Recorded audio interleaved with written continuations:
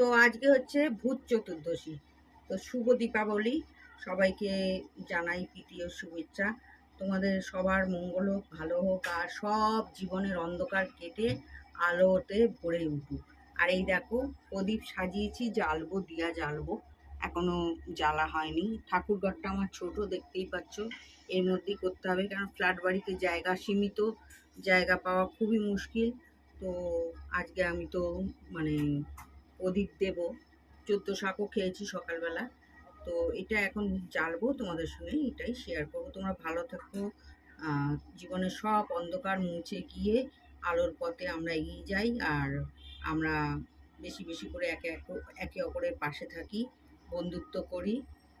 যারা বন্ধুত্ব নেই তাদেরকেও বন্ধুত্ব করে নাও, আমিও বন্ধু করে নিচ্ছি, তোমরাও করে নাও, তাহলে রিস্কটা বাড়বে, এঙ্গেজমেন্ট বাড়বে, সব দিক থেকে তোমরা মানে দাঁড়াতে পারবে। তো চলো প্রদীপটা জ্বালবো, চলো।